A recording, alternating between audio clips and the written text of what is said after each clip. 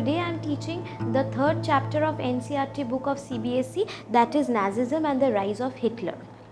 So, in May 1945, Germany surrendered to the Allies, that is England, France and Britain, and anticipating what was coming, Hitler and his propaganda minister Goebbels, they committed suicide. And in the end of the war, an international military tribunal was set up at Nuremberg in order to prosecute Nazi war criminals for their crime.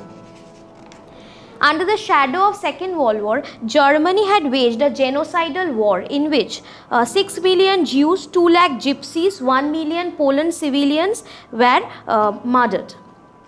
Germany was a powerful empire in the early years of 20th century, and it fought a war with in the First World War. It had fought against the Allied forces, that was Britain, France and Russia.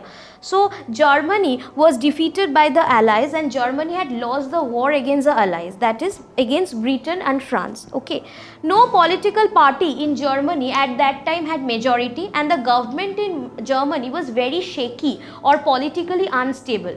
Moreover, another problem was that Germany had accepted the Treaty of Versailles, which was a very humiliating and a very great loss for Germany. It was a very humiliating peace for Germany, because as a result of Treaty of Versailles, Germany had lost all its overseas colonies, 1/10 of the population of Germany, 75% iron, 26% coal to France, Poland and Denmark.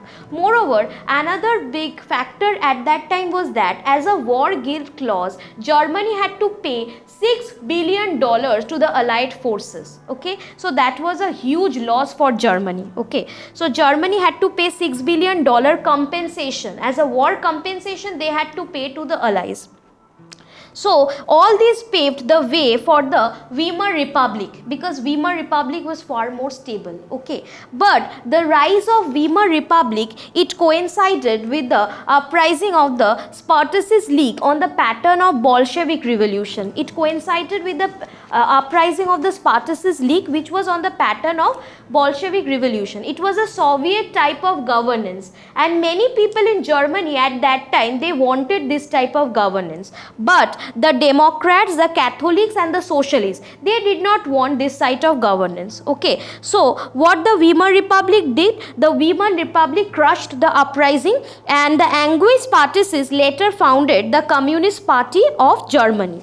Political radicalization increased in Germany and France occupied the industrial area of Ruhr in Germany when it refused to pay gold as war reparation, and hyperinflation occurred in Germany. In Germany, hyperinflation occurred.